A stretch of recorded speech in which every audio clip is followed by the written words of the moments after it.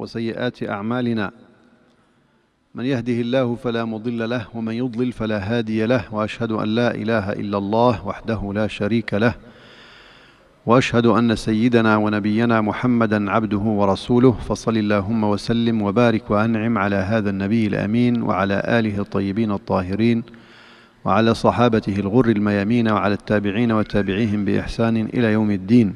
أما بعد، أيها الإخوة الكرام، السلام عليكم ورحمة الله تعالى وبركاته. ونرحب بمن التحق بنا من بعد الصلاة. Donc un mot sur ce que j'ai dit à la fin, c'est-à-dire comment se comporter en tant que personne lambda devant la divergence. J'ai dit que quand la personne n'est pas spécialiste, il n'a pas la capacité ou l'aptitude de traiter les questions de divergence et de pouvoir désigner l'avis le prépondérant quand on est une personne lambda. Et donc, il ne faut pas rentrer dans la divergence des savants. Il faut tout simplement se taire. La personne lambda, Allah subhanahu wa ta'ala, dans le Coran al-Karim, il nous a demandé, il nous a ordonné de demander l'avis de celui qui sait. Fas'alu ahla al-dhikr in kuntum la ta'lamun. Si vous ne savez pas, demandez à ahla al-dhikr, c'est-à-dire ceux qui savent, ceux qui ont le savoir. Et donc, de nos jours, on assiste à beaucoup de jeunes, beaucoup de gens qui sont pas du tout dans la spécialité, mais ils te parlent de montagnes de savants. نعم. لكن هذا ما يمشيش.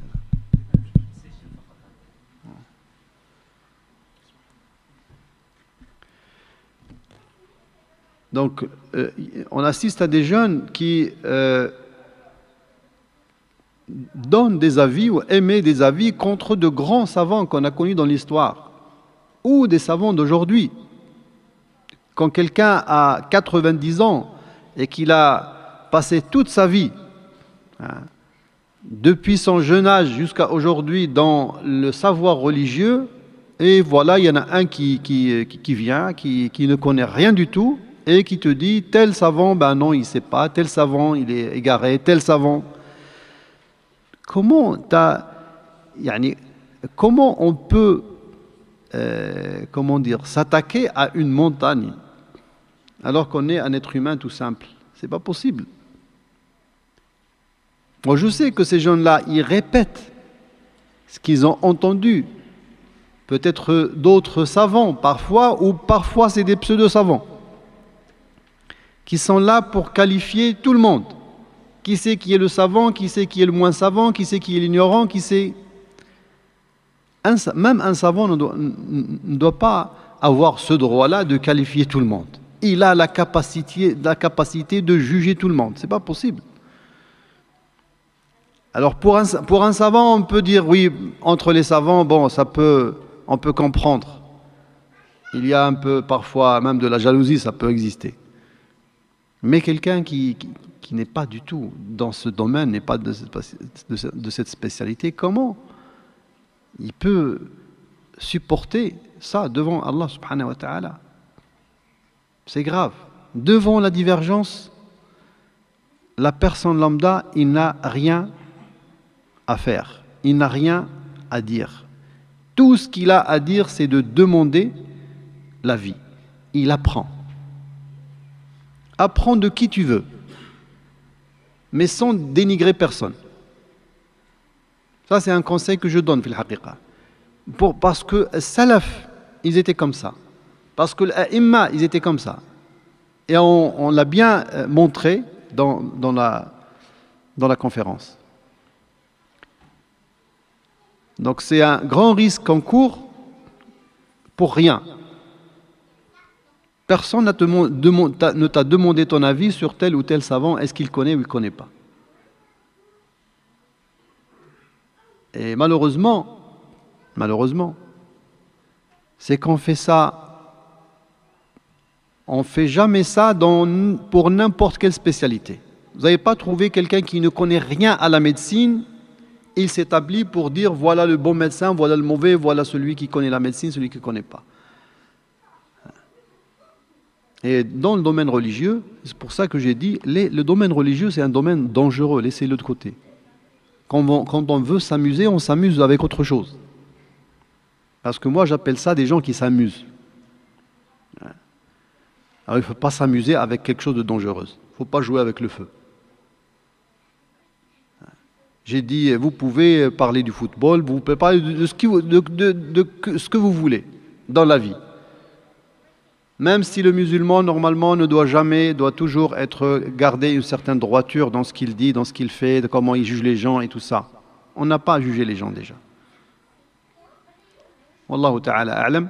Donc je vais enchaîner directement par la deuxième conférence. Donc c'est une conférence qui concerne la fatwa. Alors, je vais commencer par d'abord définir ce que c'est que la fatwa. Ou peut-être avant de définir la fatwa, je vais déjà dire à quoi ça sert ce sujet. Quelle est la problématique qu'on cherche à solutionner à travers ce sujet? C'est un sujet qui ne concerne pas beaucoup, on va dire, les gens normaux. C'est un sujet de spécialistes. Mais on le traite devant les gens, dans les mosquées, dans des conférences générales comme ça. C'est parce qu'il y a un but recherché derrière ça. إذا قلت أولاً سأبدأ بذكر إشكالية هذا الموضوع، إشكالية موضوع الفتوى. في العادة أن هذا الموضوع هو موضوع للخواص، يعني موضوع للمتخصصين في هذا الفن، هو موضوع أصولي. ولكن منذ فترة نحن نحاضر حول هذا الموضوع لأن هناك حاجة لأن يعرف عوام الناس شيئا من الثقافة الإفتائية، بل وشيئا من الثقافة الدينية، وشيئا من الثقافة الفقهية، لأن ما نعيشه من إشكالات في المجال الديني، في مجال تطبيق الدين، في مجال الفقه، هو هذا البعد أو هذا الزهد التام في تعلم مبادئ الفقه لدى عوام الناس.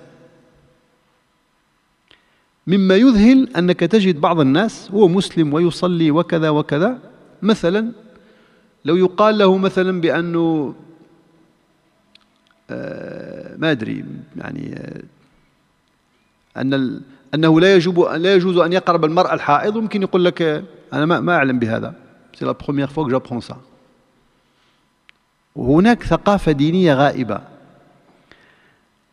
الكثير من الناس مثلا، نسأل الله تعالى أن يعيذنا وإياكم من الطلاق، من يطلق امرأته لا يعرف هل هي في الحيض أو في الطهر، هو لا يعرف بأن الرجل لا يطلق امرأته وهي حائض، وأن هذا حرام يأثم عليه. فهمتوا؟ مثل هذه الأمور ما كانت غائبة على الصحابة، مع أن الصحابة ليسوا كلهم علماء. كاين اللي يظن بأن الصحابة كلهم علماء، لا، كاين بعض الصحابة عوام ولكن عندهم ثقافة فقهية. أنت تشوف مثلا الآن حتى في البلاد الإسلامية قديما كان هناك ثقافة سائدة عامة، التدين، هناك ثقافة فقهية، الناس عندهم بعض المبادئ المسلمات التي يعرفها كل الناس. وفي عهد الصحابة كان الأمر كذلك. بريرة رضي الله عنها كانت أمة لا تعرف، يعني إيش معنى أمة معناها عبدة مملوكة، ورغم ذلك تشعر بأنه عندما تخاطب النبي صلى الله عليه وسلم تشعر بأنها عندها ثقافة دينية. مرة عندما اعتقت بريرة اختارت أن تفارق زوجها الذي كان عبدا.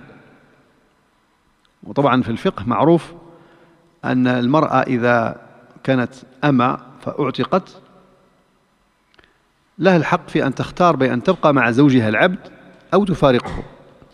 هي تختار مش هو، ما يحتاج يطلقها، تفسخ العقد.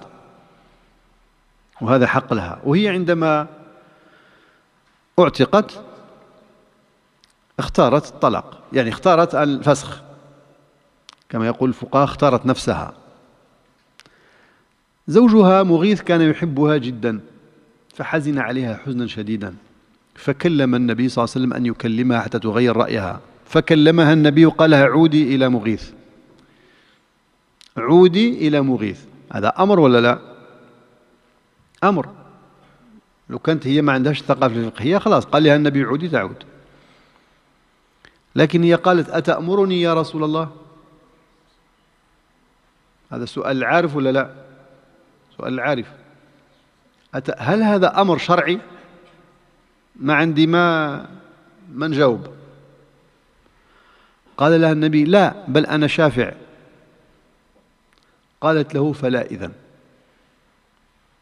لا أعود إليه، ما دام هو فقط أمر شفاعة وليس أمر شرعي. هذا لا يصدر إلا من واحد عنده ثقافة عامة في الدين. هذه الثقافة العامة في الدين الغائبة هي الإشكال، هي الإشكال أمام التطرف، هي الإشكال أمام الجهل الواقع، هي الإشكال أمام الخصومات الواقعة، هي الإشكال من الإشكالات. لا أقول هي الإشكال الوحيد، ولكن من الإشكالات. من ذلك أن الإنسان يمكن أن يسمع أي شيء من عند أي واحد يظن بأنه هذا هو الدين، وخاصة إذا كان هذا الواحد لابس جبة وعمامة، لأن الدين أصبح بالشكل. إذا واحد عنده جبة وعمامة معناه هذا هو الذي يقدم، وهذا هو الذي يسمع إليه، وهو الذي كذا. هو قد يكون لابس الجبة والعمامة على فراغ في الداخل، ما كان حتى حاجة الداخل، فارغ. وقد رأيت الكثير من هؤلاء اللي لابس الجبة والعمامة والتحت العمامة فارغ ما في شيء. يعني هذه واحد القصة دائما أقولها شوية هي فيها نكتة ولكنها حقيقية. أنه قال لك مرة كان في الأزهر كان طالب واقف مع الشيخ نتاعو. الشيخ نتاعو كان عميد الكلية، والطالب نتاعو في الماجستير واقف معاه يتذكر هو وياه على قضية الرسالة الماجستير وكذا وماذا نفعل ومش عارف إيش وكذا. طبعا الطالب كان لابس جبة وعمامة، والشيخ لابس بدلة وكرافات وكذا. موظف عميد في الكلية لازم يكون لابس لباس. جاء واحد عامي فايت عنده، شافهم واقفين، جاي يسأل يا سيدنا الشيخ يا سيدنا الشيخ. طبعا يقول سيدنا الشيخ لمن؟ صاحب الجبة والعمامة. عندي سؤال، طرح السؤال. الطالب لأنه كان مؤدب ترك الشيخ واللي يجاوب، فجاء مسكين الشيخ يجاوب، جاي ينطق. قال له العامي لما يكونوا أهل العلم هنا اللي زي وزيك يسكت.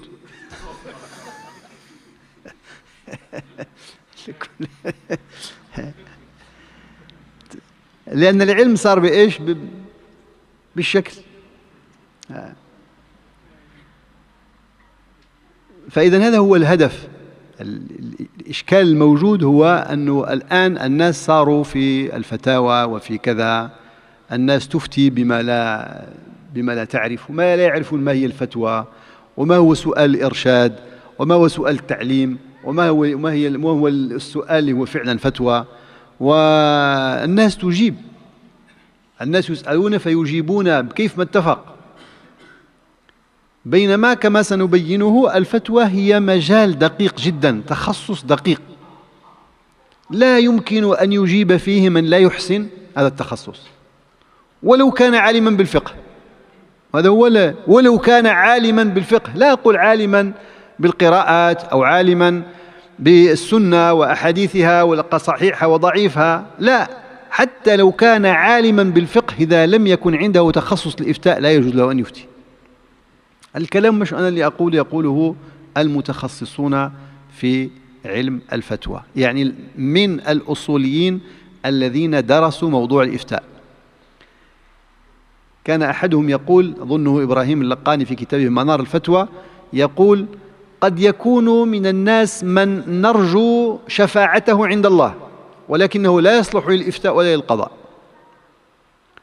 وقد يكون من الناس من يحفظ من الفقه ما لا يحفظه إنسان ولكنه لا يصلح للفتوى ولا للقضاء. إذن الفتوى ملكة خاصة صاحبها ينبغي وسنبين ذلك إن شاء الله. Donc je disais que la problématique pour laquelle ce sujet est pertinent, même si c'est un sujet qui devait être un sujet pour les spécialistes, on va essayer de le simplifier un petit peu, parce qu'aujourd'hui, le problème posé, c'est-à-dire le problème de la pratique religieuse, et le problème de la fatwa, et que c'est un domaine qui devait être un domaine spécifique, un domaine de spécialistes. Et on entend tout et n'importe quoi, et tout le monde dit ce qu'il veut, il demande, on pose la question à qui on veut, et quand on répond, on dit ce qu'on veut. Et souvent, on ne fait pas la différence entre ce qui est vraiment fatwa et ce qui est une simple question de savoir. Et une question qui concerne la fatwa, normalement, doit être dirigée à un spécialiste, un vrai spécialiste dans la fatwa. Parce qu'on peut très bien être spécialiste dans le Coran, dans le Sunna, on peut être un très bon khatib, masha'Allah, quand il fait khutbah, les cœurs vibrent et les yeux pleurent, mais sans pour autant qu'il soit habilité à donner une fatwa. Donc nous, aujourd'hui, quand on voit une image, l'image de Sheikh, c'est quoi? C'est la joubba, c'est le turban. Et quand on voit ça, eh bien la religion c'est ça. Et donc on va lui poser parfois des questions qui sont très délicates. Et parfois même les majami' al-fiqhiyya, c'est-à-dire les collèges de spécialistes, n'arrivent pas à répondre facilement. Et il y a des gens qui ont la réponse facile. Ils ont la main sur la gâchette et ils lâchent les fatwas comme ça à droite et à gauche. Alors que parfois c'est des questions, si ça a été posé à quelqu'un comme Omar ibn Khattab, il aurait pu regrouper les gens de Badr, comme on dit, pour se concerter avec eux. Il y a beaucoup d'exemples. Beaucoup d'exemples comme ça. Je vous dis, j'ai donné une petite anecdote, mais elle est vraie. Et je vais rajouter une autre, tiens, en français, je me rappelle d'une autre. Il y avait un doyen de l'Azhar, d'une faculté des facultés de l'Azhar, qui était sur l'esplanade de l'Azhar avec son élève. L'élève était habillé en djoubba avec le turban et le doyen était en costume. Un passant, une personne lambda qui passe, vient chercher il voulait poser sa question. Sidna Cheikh, il vient, bien sûr, se dirige vers qui? Vers l'élève et non pas vers le cheikh. Et quand la personne pose sa question, le doyen, l'élève qui était respectueux de son cheikh, il permet au cheikh de répondre. Quand le cheikh a voulu répondre, eh bien, le monsieur lui dit: quand les gens de savoir sont ici, les gens comme toi et moi, on se la boucle. Alors que c'était l'élève et le maître. Et autre chose, comme je l'ai dit, parfois la fatwa, quand on n'est pas spécialiste ou quand on ne comprend pas, en tout cas, ça c'est une histoire véridique.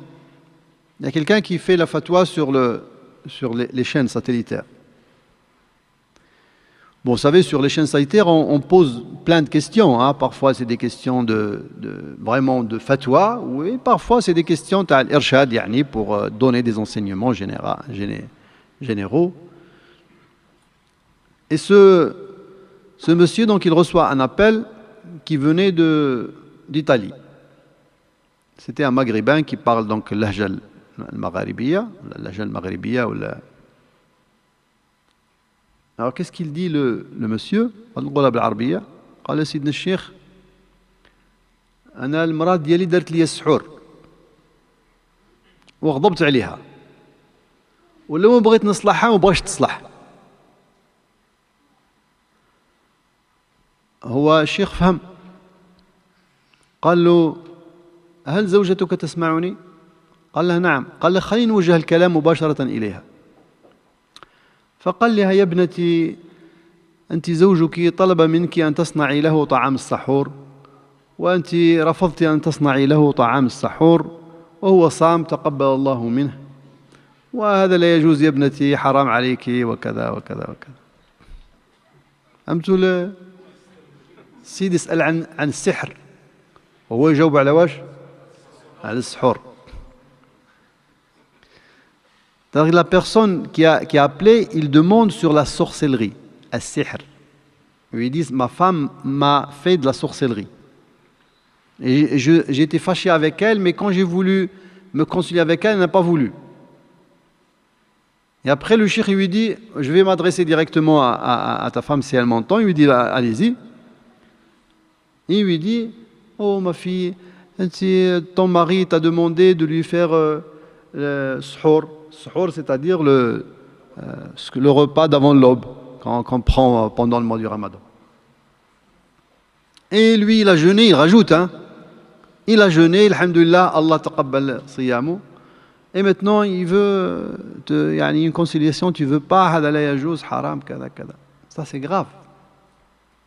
Et ça, c'est véridique, c'est pas une histoire. Parce que ce même cheikh Marra, il m'a appelé pour me dire qu'est-ce que ça veut dire Zawaj al-Fatiha chez vous? Parce qu'on m'a appelé pour Zawaj al-Fatiha. قلت له واش بدك تجاوب؟ أنت ما تعرفش علاه تجاوب. قال لي أنا ما جاوبت وخلاص وما عارف إيش وكذا. أنت لا تعرف.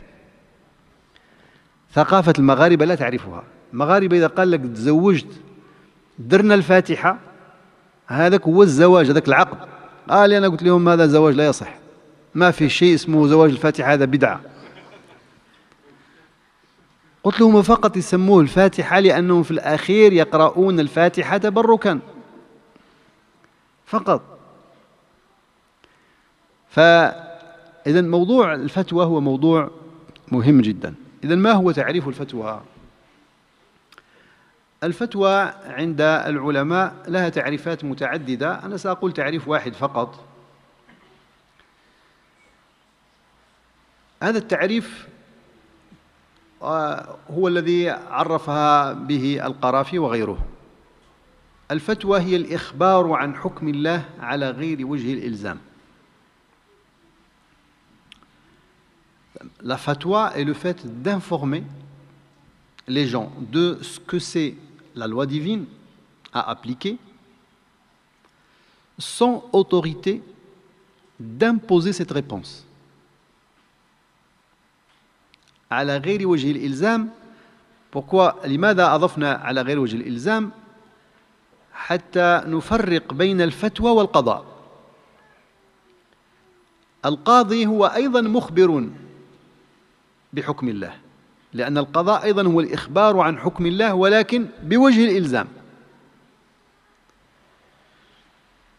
القاضي عندما يعطيك حكما يلزمك باتباع هذا الحكم. المفتي إذا أعطاك الحكم هو لا يلزمك، ما عنده سلطة الإلزام، إنما يتركك لدينك ويقول لك أنت بينك وبين الله. Donc, sans autorité d'imposer sa réponse, à la différence du juge. Le juge, c'est pareil. Quand on a défini ce que c'est qu'un jugement, ou une sentence d'un juge, c'est exactement, il informe sur ce que c'est la loi à appliquer, mais avec autorité d'imposer cette réponse. Ça, c'est important pour dire que le mot fatwa, ici en France ou en Europe, c'est un mot qui fait peur. Pourquoi il fait peur, ce mot? Parce que c'est un vocable qui a été mal utilisé pendant les années 80. C'est-à-dire quand l'imam al-Khomeini a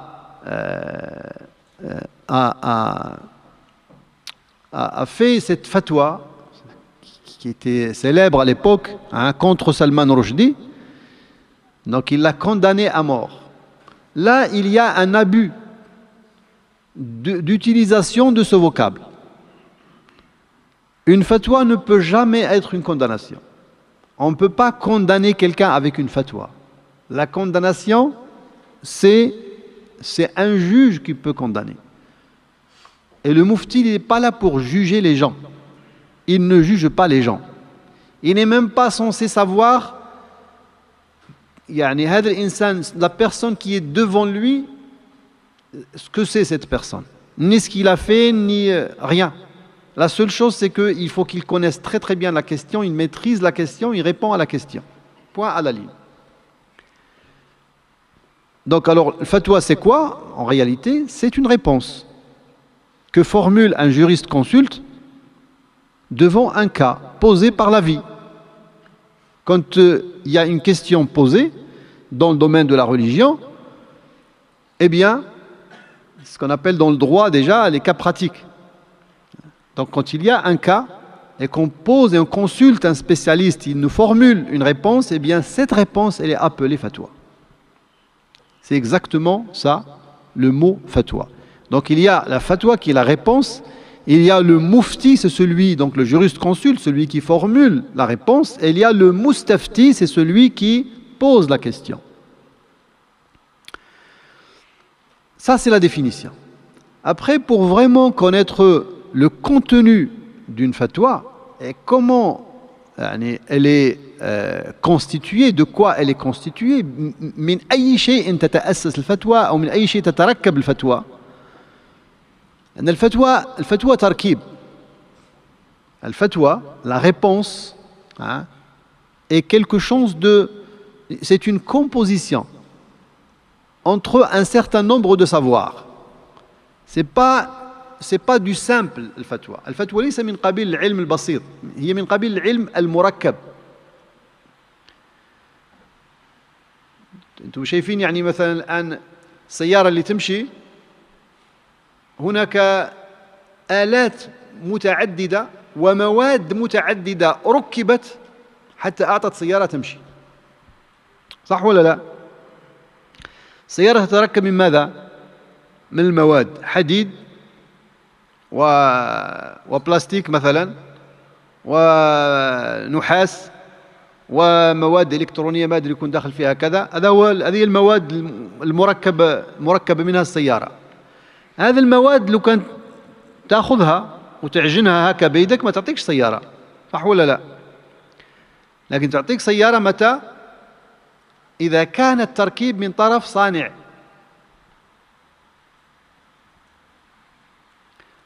احنا الآن صايمين، أعطيكم مثال بالأكل.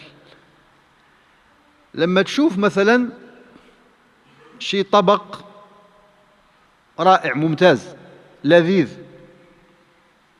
مناش مركب، خلي يكون مثلا فيه لحم وفيه خضروات وفيه زيت الزيتون أحسن من الزيت الآخر وفيه الملح وفيه البهارات وفيه كذا. هذو انت لو كان تاخذهم قاعد المجموعين وتلمهم دير لهم هكذا وتحطهم الناس ما يعجبهمش، صح ولا لا؟ لما ياخذهم المتخصص في الطبخ الماهر اللي يعرف مثلا بأن الملح خصو ما يتجاوزش هالشحال والماء خصو ما يتجاوزش هالشحال والخضروات هالشحال خصها تكون وما هو اللحم اللي يناسب هذه الخضرة. كاين بعض الخضروات يناسبها لحم الدجاج وبعض الخضروات يناسبها لحم الغنم وبعض الخضروات، فهمتوا هذا إذا ركب بين هذه المواد يعطيك طبقا شهيا. وهذا هو الفرق بين المفتي وبين اللي يخلط. كاين الخلايطي وكاين المفتي. هذاك الخلايطي يجيب لك ها الحديث ها ما عرفواش هكذا ها ويرمي لك في الوجه ويقول لك حرام ولا حلال ولا كفر ولا بدعة ولا كذا ولا. المفتي لا، هو يركب حتى هو يركب من نفس هذه المواد ولكن تركيب نتاع صانع. ولذلك يقال بأن الفتوى صناعة. الفتوى صناعة معناها c'est une technique. Exactement comme أعطيت المثال la voiture, أعطيت المثال un plat. La voiture, il y a plusieurs matières dans une voiture. Tu peux prendre, n'importe qui peut prendre ces matières-là, il peut les rassembler, ils n'ont jamais donné une voiture qui roule. يكسر راسه ويديروا كذا تجي تنوض ما تنوضش. علاه؟ Parce que c'est pas sa spécialité. Il lui manque la technique.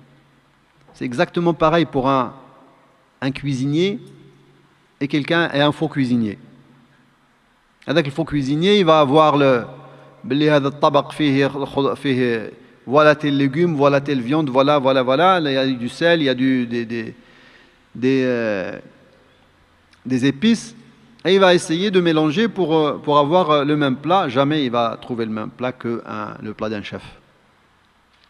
C'est exactement la différence entre un mufti, un vrai mufti, et quelqu'un qui mélange les choses, il croit qu'il est en train de bien faire.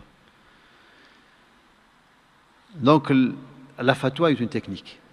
Il y a des composantes et il faut savoir comment composer entre ces composantes pour donner quelque chose qui est valide, quelque chose qui est, qui est utile aux gens. Alors c'est quoi ces savoirs? Moi, je vais prendre une fatwa et on va essayer de commencer dès le départ. Comment on fait? Quand il y a une question qui se pose, le mufti fait quoi en fait pour dire oui ou non? Pour dire qu'il faut faire ça ou il ne faut pas faire ça? La première des choses, c'est la question. La question arrive. Quand une question arrive, la première des choses, il faut comprendre la question. Et comprendre la question, il faut savoir d'où vient la question. Qui c'est la personne qui a formulé cette question, il a quelque chose derrière la tête.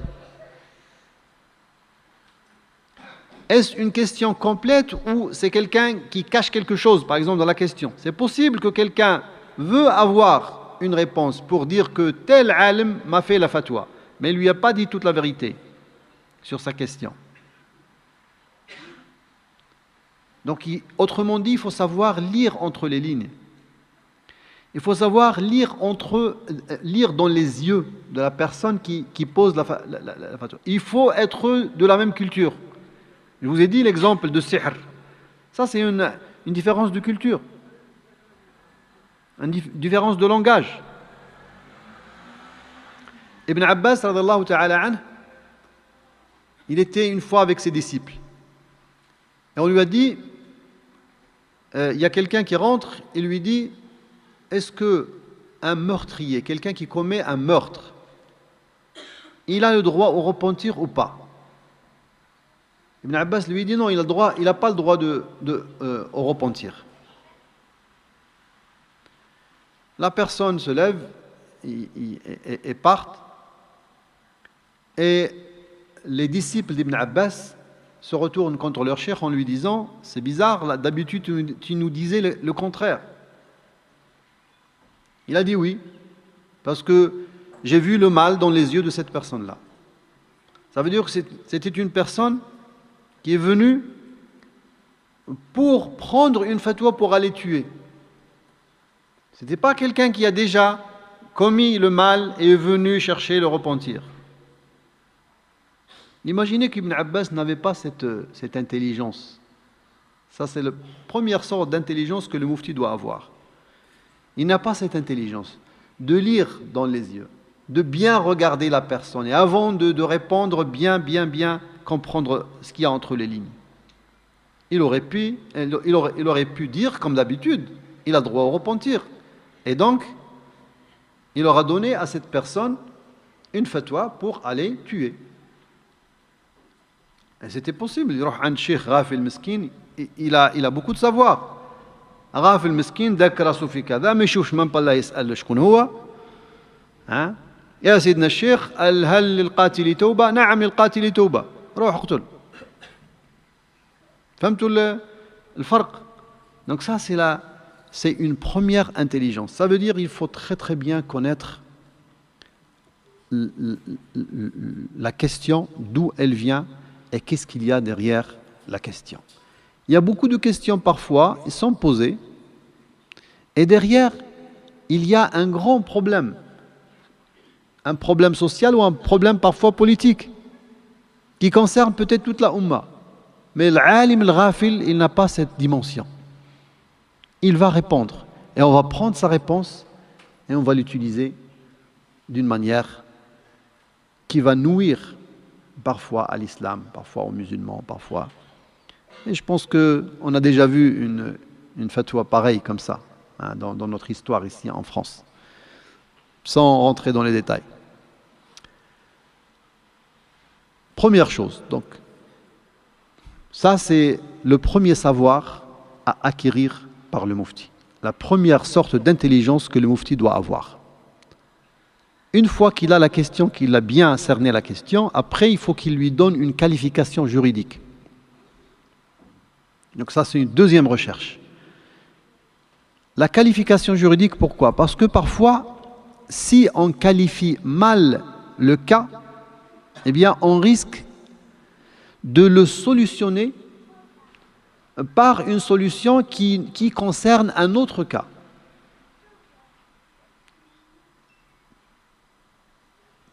Il y a par exemple, je ne sais pas, vous avez la question concerne un contrat par exemple. Vous avez un contrat devant les mains, vous lisez le contrat et on ne sait pas en fait est-ce qu'on est devant une vente ou c'est un contrat de location, ou bien les deux sont mélangés.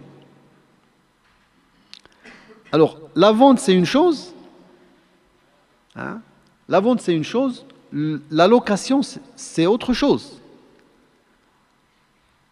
Les règles et les lois qui régissent la vente ne sont pas forcément les mêmes lois qui régissent le contrat de location, c'est pas pareil. Pour les spécialistes, ils savent très très bien ça. Ça c'est un chapitre et ça c'est un autre chapitre. Donc le fait de qualifier ou de donner une mauvaise qualification à ce contrat, ça veut dire qu'on va donner un mauvais hukm, un mauvais statut, la mauvaise loi. Ce n'est pas la bonne loi qu'il faut donner. Donc ce n'est pas la bonne fatwa. Et parfois, on peut être divergent. Les muftis, les grands faqih, les grands imams, parfois, ils étaient divergents sur la qualification juridique. L'autre, il l'a qualifié comme ça, et donc il l'a autorisé. L'autre, il l'a qualifié comme ça, donc il l'a pas autorisé. Et ça, donc, c'est un savoir, hein, savoir qualifier un cas, ça demande une aptitude qui n'est pas de l'ordre de ce que peut maîtriser les gens normaux. C'est exactement, je vous ai dit qu'on peut très très bien connaître le fiqh. Mais lire un contrat et le qualifier, le subsumer, comme ils disent, en dessous d'un sujet qui le concerne, ou du chapitre qui le concerne, ça c'est quelque chose qui est parfois très très difficile. Pourquoi? Parce que le sujet lui-même ou le cas lui-même, hein, parfois il ressemble trop, par exemple à la vente, mais il ressemble aussi trop à la location. Et la différence, c'est vraiment quelque chose de très très très étroit. Il n'y a pas une grande différence. Et donc là, ça devient difficile la qualification. On n'a pas beaucoup de temps pour donner des exemples qui étaient à la base des divergences. Mais croyez-moi, il y en a beaucoup de divergences entre les fuqaha qui revient à la différence de qualification. Maintenant, il a bien qualifié le cas. Quel est l'autre savoir qu'il doit avoir? Quelle est l'autre intelligence qu'il doit avoir? نسيت اللغة العربية الآن. نرجع للغة العربية ولا ها أو لا؟ طيب. إذا كنت أقول بأن المسألة عندما تعرض على المفتي أول ما يقوم به أو أول ملكة يحتاج إليها هو أن يفهم السؤال فهما صحيحا. وقد تقدم مثال سحر. هذا المثال السحر هو أن الإنسان اللي كان يسمع ما فهمش السؤال. لماذا ما فهمش السؤال؟ لأنه كان هناك فارق ثقافي بين السائل والمسؤول. يكون قادر في هذه المرحلة المفتي على قراءة ما خلف رأس المستفتي، أن يكون قادرا على أن ينظر في العينين ويفرق بين أسئلة الغضبان وأسئلة الفرحان، بين يعني سؤال الغضبان وسؤال النادم. والمثال هنا هو مثال عن ابن عباس رضي الله تعالى عنه.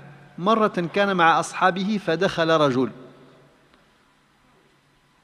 فسأل ابن عباس رضي الله عنهما: هل للقاتل توبة؟ قال: لا. خرج الرجل فقال أصحاب ابن عباس لشيخهم: عجبا لك، في العادة كنت تقول لنا بأنه للقاتل توبة. قال: نعم، ولكني رأيت الشر في عينيه. ما معنى رأى الشر في عينيه؟ معنى أن هذا الإنسان جاء ليأخذ فتوى من أجل أن يذهب ليقتل. تصوروا لو أن ابن عباس لم يكن عنده هذا الذكاء وهذه القدرة على التمييز بالقراءة في الأعين، يكون قد أعطى لهذا الإنسان، يكون قد أجابه بما يجيب به في العادة، فيذهب الإنسان يأخذ فتوى من ابن عباس فيذهب ليقتل، فيكون ابن عباس بفقهه وفطنته منع دما من أن يسفك، لأن هذا الرجل خرج وولى ولم يذكر أنه قتل، أنه جاي يشوف بعد واش يقدر يتوب ولا ما يقدرش يتوب. هذا الاجتهاد الأول أو العلم الأول الذي لا بد منه للمفتي. وهذا في عصرنا الحالي. الآن عندك الاستفتاء عن طريق الإنترنت، والاستفتاء عن طريق التلفزيون، والاستفتاء عن طريق يعني الهاتف، وكل أنواع الاستفتاءات. وهو في الحقيقة من المفروض الأصل أن المفتي يأتي للمستفتي لا حجاب بينهما، يراه ويراه، يسأله، يعني إذا كان مثلا في سؤاله ما فيش وضوح يستوضح منه. ولذلك أنا أقطع بأن الأسئلة عن طريق الإنترنت هذه لا تكون، ليست فتاوى، والأسئلة عن طريق التلفزيون ليست فتاوى، يعني بالمعنى الاصطلاحي للفتوى. الفتوى بعدما عرفناها كان علي ربما أن أذكر الفرق بين الفتوى والإرشاد مثلا، أو الفتوى والتعليم. الفتوى هي في النوازل، عندما تنزل بالناس نازلة فيسألون عنها. أما الإرشاد والتعليم فواحد يسألك عن الظهر كم فيه من ركعة، هذا ما يحتاج، ممكن يكون في التلفزيون ولا عن طريق الإنترنت ولا ما في أي مشكلة. لكن الإشكال الموجود أن الناس تخلط المخلوط، يعني مخلوط قضية الفتوى في حد ذاتها. يعني مثلا واحد لو يسأل يقول مثلا: هل يجوز للمسلمين في هذه البلاد أن يصوتوا في الانتخابات؟ هذه نازلة، هذه ليست سؤال تعليم، هذه قضية خطيرة تهم كل المسلمين الذين يعيشون في هذه البلاد. هذه لا يمكن أن يتعاطى معها الإنسان عن طريق الإنترنت ولا عن طريق التلفزيون ولا عن طريق، بل هذه ينبغي أن تصدر فيها المجامع يعني رأي، وهو صادر على كل حال. المجلس الأوروبي أصدر فيها رأيه منذ زمن. ولكن رغم ذلك هناك بعض الناس دائما يعني ما زالوا يقولون: وكذا استفتينا فلان في البلد الفلاني، واتصلنا بفلان العالم الفلاني في المكان الفلاني وقال لنا كذا وكذا. هذه كلها لا تصلح. سنرى بأن الفتوى لا يمكن أن تستقيم ما لم يكن الإنسان عالم بالواقع الذي يفتي فيه. فإذا هذا العلم الأول. العلم الثاني هو ما يسمى بالتكييف الفقهي الصحيح للمسألة. عندما تأتي المسألة الفقهية اللي هي نازلة من النوازل، لا بد أن تكيف تكييفا فقهيا صحيحا. إذا لم تكيف تكييفا فقهيا صحيحا سيكون هناك خطأ حتما في الجواب. لماذا؟ لأن الفتوى هي أمر جزئي، حتى يجيب عليه الإنسان لا بد أن يدخله تحت الكل الذي يتناوله. يعني لا بد من، إذا كانت المسألة متعلقة بالبيع لا بد أن تدرجها تحت أحكام البيع، إذا كانت مسألة متعلقة بالصرف تدرجها تحت الباب المتعلق بأحكام الصرف، إذا كانت مسألة في الإجارة نفس الشيء، إذا كانت المسألة في القراءة نفس الشيء. فأبواب الفقه تختلف، ومسائل وحوادث الناس وما يتعامل به الناس يتعاملوا كيفما اتفق. أنت الآن عندك العقود الموجودة في حياتنا اليومية الآن، عقود في البورصة وعقود في كذا، وفيها خلط كبير لا تعرف، تختلط فيه أنواع المعاملات. إذن لا يمكنك أن تهتدي للجواب الصحيح عن النازلة إلا إذا استطعت أن تدرجها في محلها في الفقه. وهذا هو العلم الثاني والذكاء الثاني والملكة الثانية التي لا بد منها للمفتي. الشيء الثالث هو معرفة حكم النازلة. إذا كان عرفت السؤال وعرفت من أين أتى وقرأت تحت السطور وتوضح لك السؤال وكيفت المسألة تكييفا فقهيا صحيحا، الآن لا بد أن تبحث لها عن حكم. البحث عن الحكم هنا لا بد لك في البحث عن الحكم من أن تسلك اجتهادين مختلفين.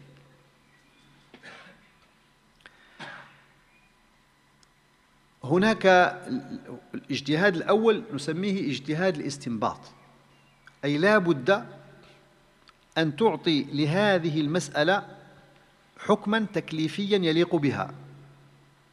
لكن هذا الحكم التكليفي الذي تقول، إذا قلت مثلا أن هذا العقد باطل، هذا العقد حرام، هذا العقد جائز، كلمة جائز هذه أو حرام أو باطل هذه سوف لن تجد في القرآن ولا في السنة أن العقد المكتوب بين يديك حرام، صح ولا لا؟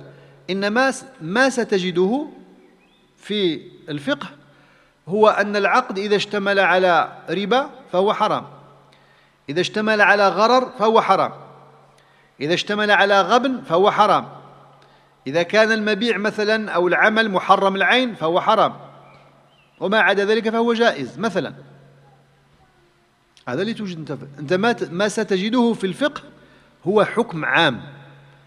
ما هو الحكم العام؟ خلاصته هكذا، هذا في مجال العقود: العقد إذا خلا من المفسدات فهو صحيح والقيام به جائز، وإذا كان فيه مفسد من المفسدات فهو حرام. ما هي المفسدات؟ الربا والغرر ومحرم العين والغبن أو الضرر، هذه المحرمات. وربما يضاف إليها يعني ما يتعلق بإجراء العقود في وقت كوقت صلاة الجمعة. أنت تجد هذا المبدأ فقط. أنت عندما قلت هذا العقد حرام معناه تأكد لك أن هذا العقد فيه ربا أو فيه غرر أو فيه كذا. أنت حققت ذلك بمقايستك البشرية وباجتهادك البشري، وإلا ما وجدت في القرآن ولا في السنة قال لك أن العقد الفلاني اللي راه تجريه البنك الفلاني هذاك راه فيه ربا ولا هذاك راه فيه غرر. لا تجد حديث يقول لك هذا. أنت الذي تحقق، أنت الذي اجتهدت وقلت بأن هذا العقد فيه ربا وفيه غرر. هذا الكلام لو أردت أن أبسطه بمثال ستفهمونه. هذا معناه أن الحكم الذي يعطيه الله سبحانه وتعالى أو يعطيه النبي صلى الله عليه وسلم هو أول ما يصدر فهو حكم مجرد، لا ينطبق على أي محل من المحلات أو على أي مسألة من المسائل أو على أي حدث من الحوادث إلا بعد أن يمر باجتهاد آخر. الاجتهاد الأول الذي به عرفت الحكم هو اجتهاد الاستنباط. استنبطت نعم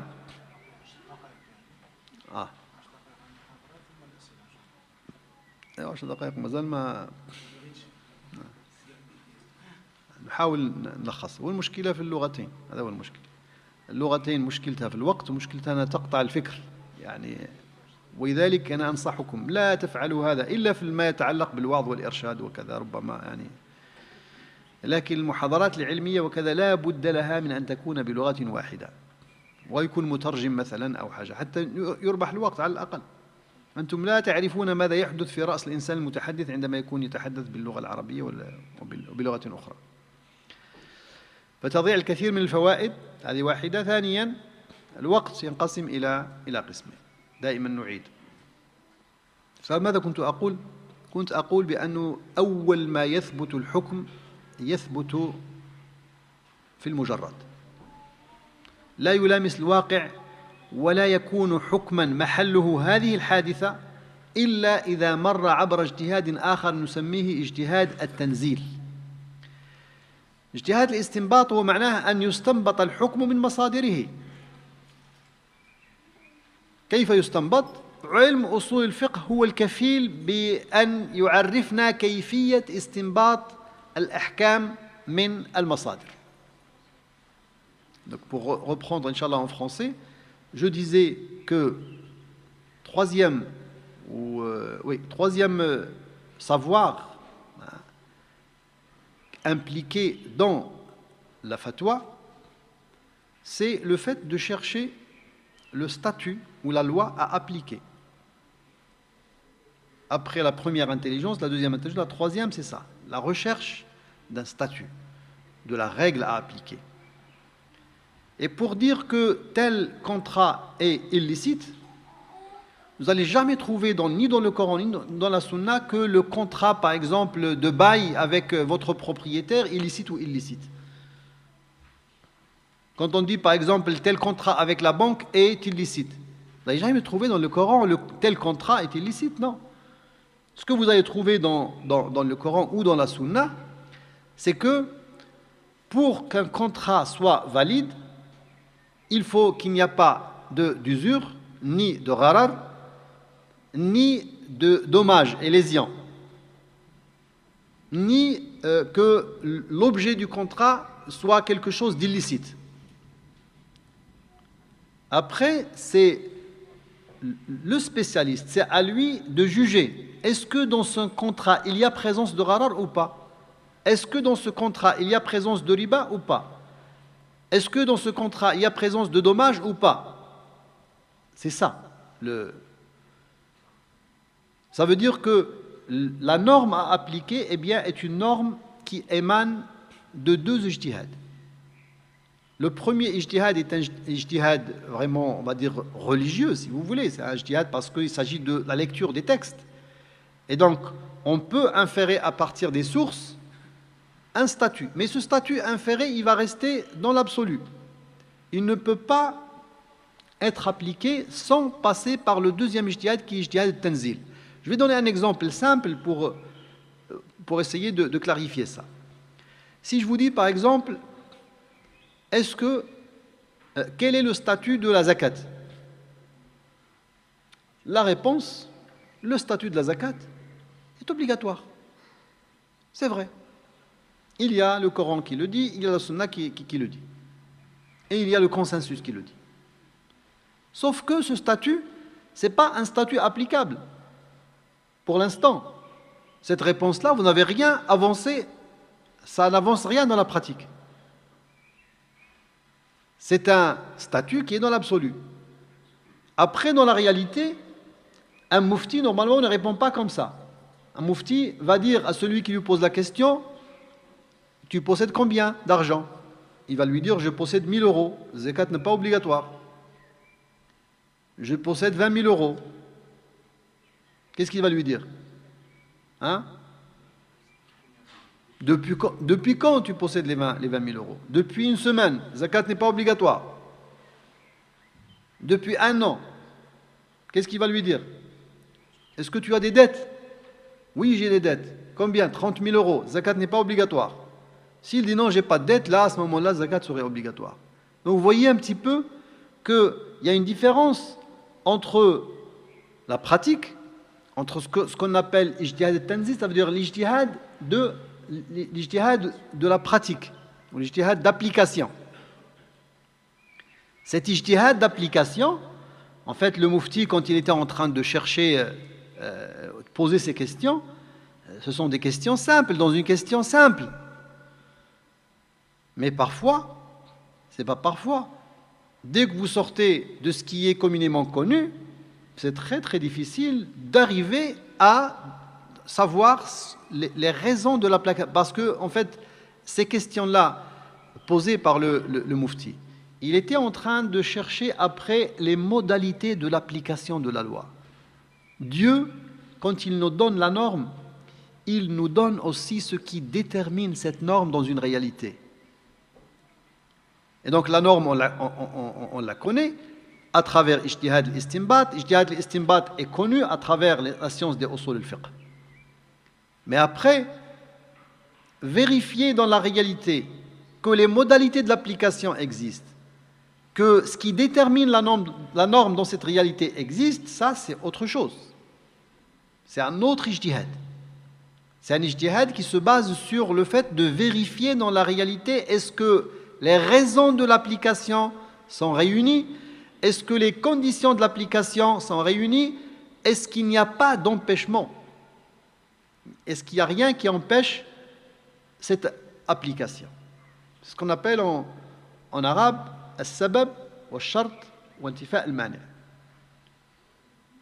Parce que toute norme révélée ne peut être pratiquée que après vérification de l'existence de ce qui détermine cette norme dans la réalité. Ce qu'on appelle en arabe manat al-hukm.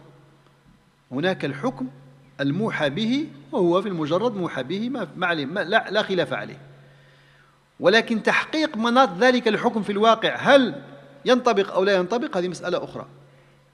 الاجتهاد الأول هو اجتهاد شرعي، أدلته شرعية. الاجتهاد الثاني ما عنده حتى علاقة بالشرع، عنده علاقة بالواقع فقط.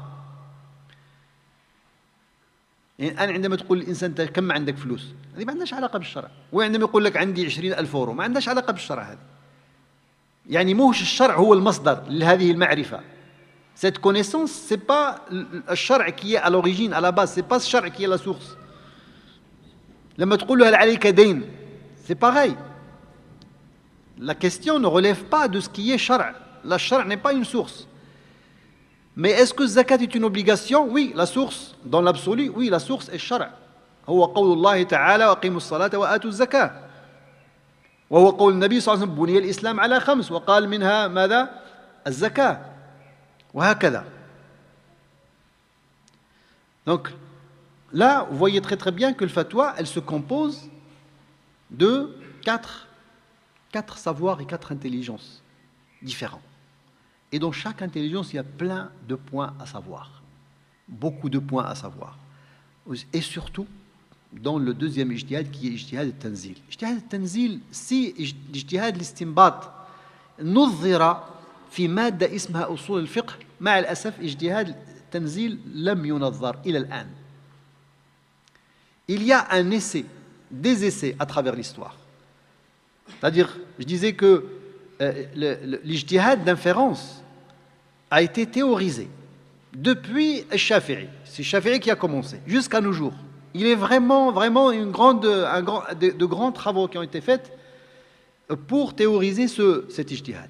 Mais ijtihad al-tanzil est un savoir, est un ijtihad qui n'a jamais été théorisé jusqu'à maintenant. Il y a eu des essais à travers l'histoire. Il y avait Al-Ghazali, par exemple, qui a essayé un petit peu. Après, il y a eu Shatibi.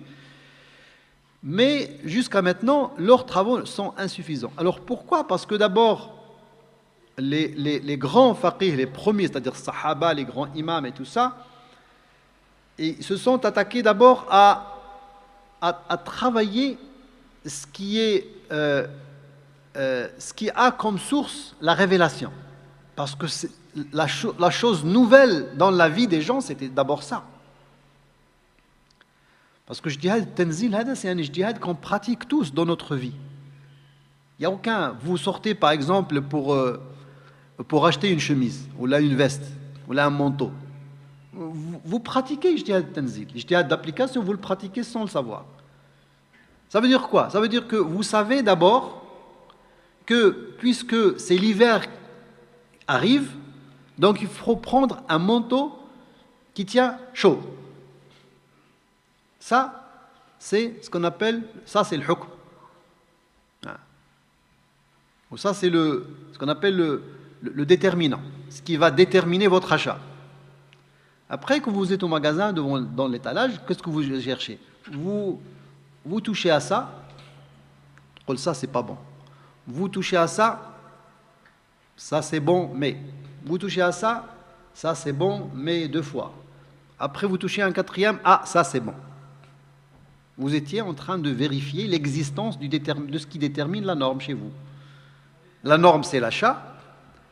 Tenir qui tient chaud, ça c'est ce qui détermine l'achat. Et qui c'est qui a concrétisé, qui c'est qui a vérifié l'existence du déterminant de la norme? Bien c'est vous, en touchant les vêtements. Donc ça, pour les grands savants au début, c'était quelque chose de connu. Ils le pratiquaient d'une manière tout à fait normale. Et c'est pour ça qu'ils ne l'ont pas théorisé. Mais quand les choses sont devenues complexes et les questions sont devenues complexes, on a senti chez Al-Ghazali, même si Al-Ghazali, il l'a théorisé dans un autre but, dans le but d'échanger avec les négateurs de ce qu'on appelle le qiyas. Donc ça c'est un autre sujet. Mais il l'a quand même théorisé. Celui qui l'a théorisé sous la même cause que je suis en train de dire, c'est-à-dire la complexité de la chose, c'est Ash-Shatibi, dans son kitab Al-Muwafaqat. Et donc ces deux ijtihad, si vous voulez, la fatwa est la somme de ces deux ijtihad qu'on leur rajoute les deux savoir ou les deux intelligences quand on a dit de ce qu'on a dit au début. On n'a pas fini, le temps peut-être est fini, mais le sujet n'est pas encore, je ne sais pas s'il est bien clair pour vous ou pas. La seule chose que j'ai voulu vous apporter, c'est juste de savoir que quand on dit fatwa, c'est quelque chose de complexe, mais ce n'est pas quelque chose de simple. Vous savez, le simple, vous pouvez produire le simple facilement. Vous pouvez produire le simple facilement. Vous savez, vous prenez une voiture de marque. Il y en a un qui va produire les pneus, c'est du simple. Il y en a un qui va produire les glaces, les vitres, c'est du simple. Il y en a un qui va produire peut-être la carrosserie, c'est du simple. Mais le grand travail, c'est celui qui va rassembler tout ça, qui va donner les directives. Voilà tel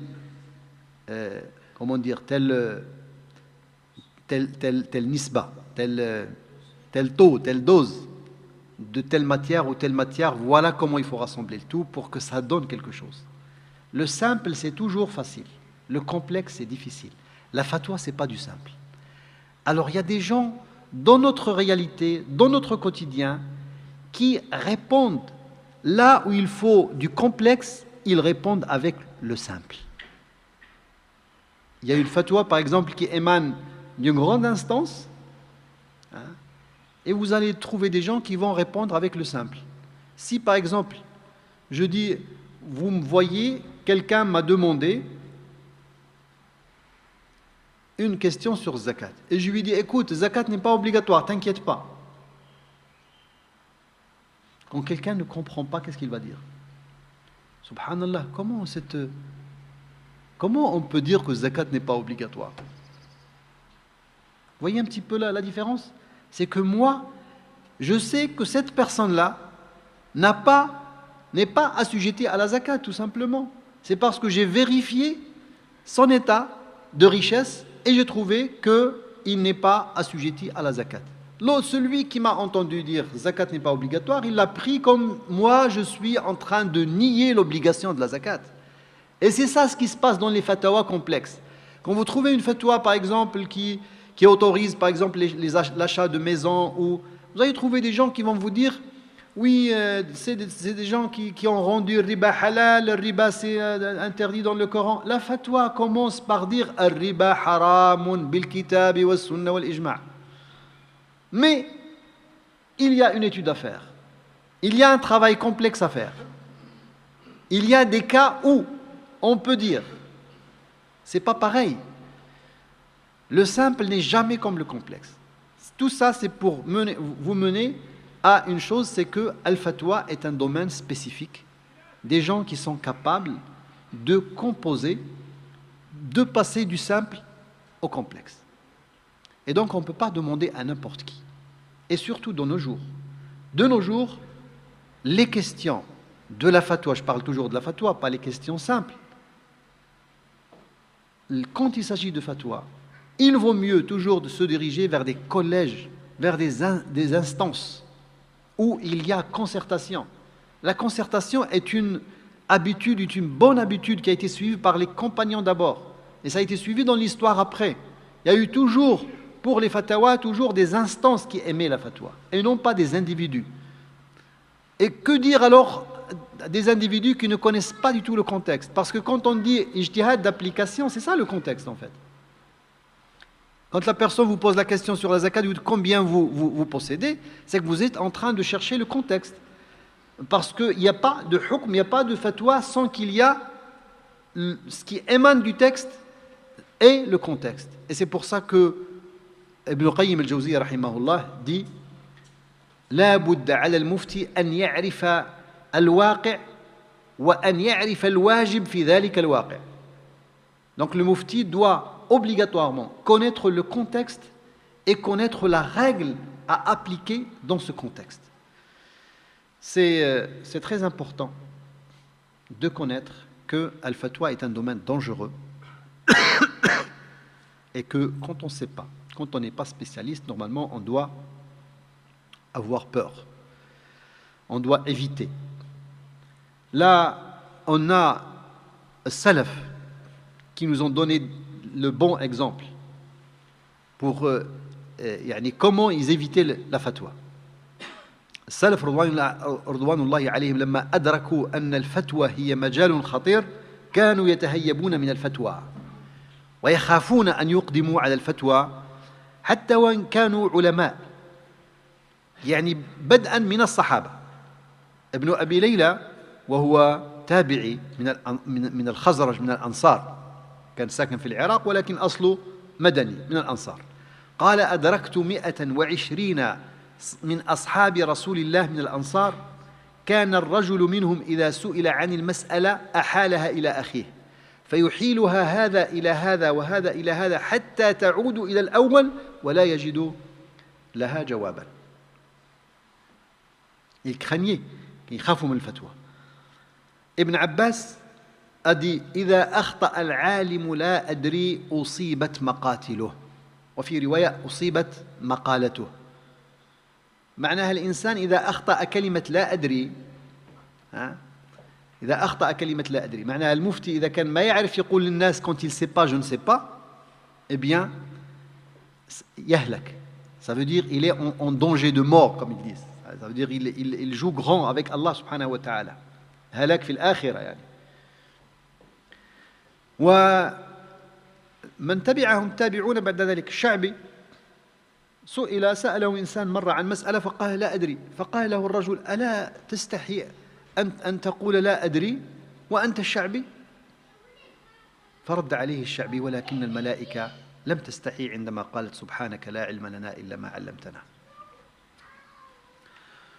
ومحمد بن أبي بكر القاسم بن محمد ابن أبي بكر الصديق من فقهاء السبعة، مدينة كان فيها 7 فقهاء من التابعين كبار فطاحل في الفقه، منهم القاسم بن محمد حفيد أبي بكر الصديق رضي الله عنه.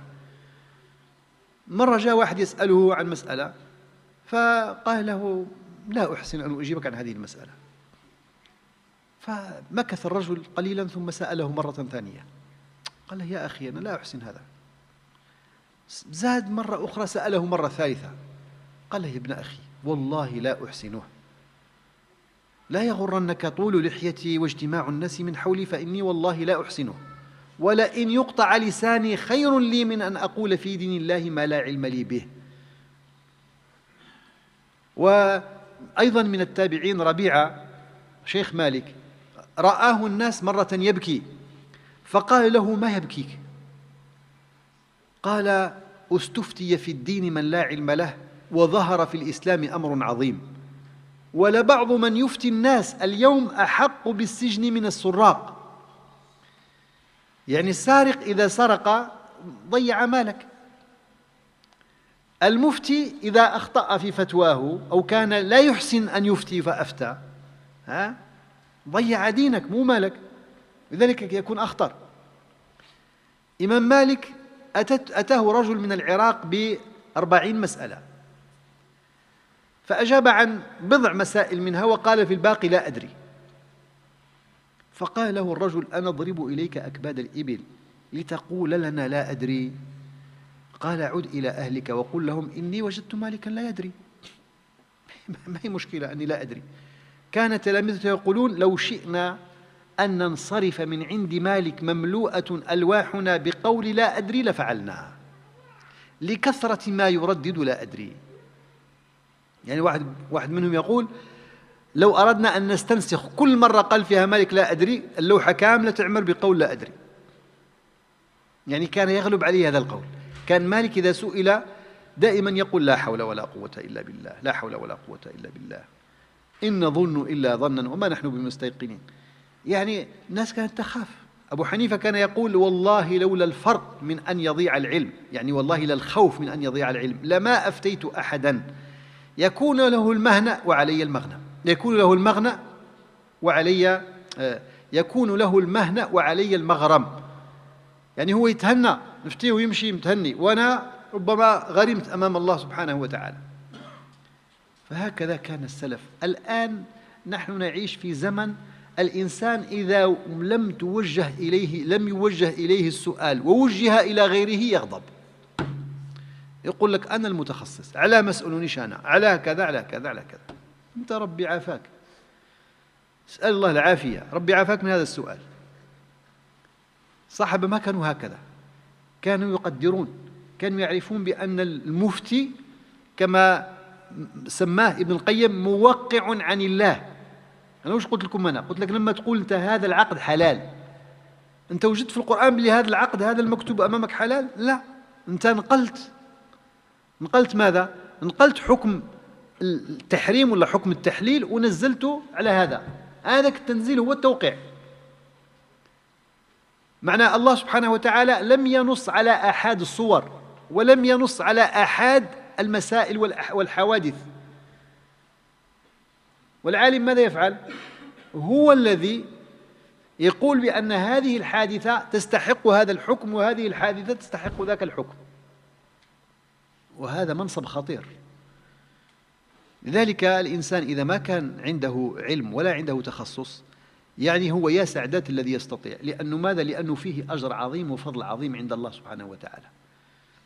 ولكن أيضا الإنسان إذا تعاطاه من غير علم، من غير أن يشهد له، من غير أن يقول له من هم أفضل منه وأكثر منه، أنت الآن باستطاعتك أنت، من غير أن يكون أهل في هذا الفن ويتعاطى لذلك الأمر. إياكم وإياكم. وهذا الكلام يقال لعوام الناس ويقال لطلاب العلم ويقال لكل من علم علما آخر ليس متخصصا في الإفتاء. والله تعالى أعلم، وصلى الله وسلم وبارك على النبي وعلى آله وصحبه وسلم تسليما كثيرا.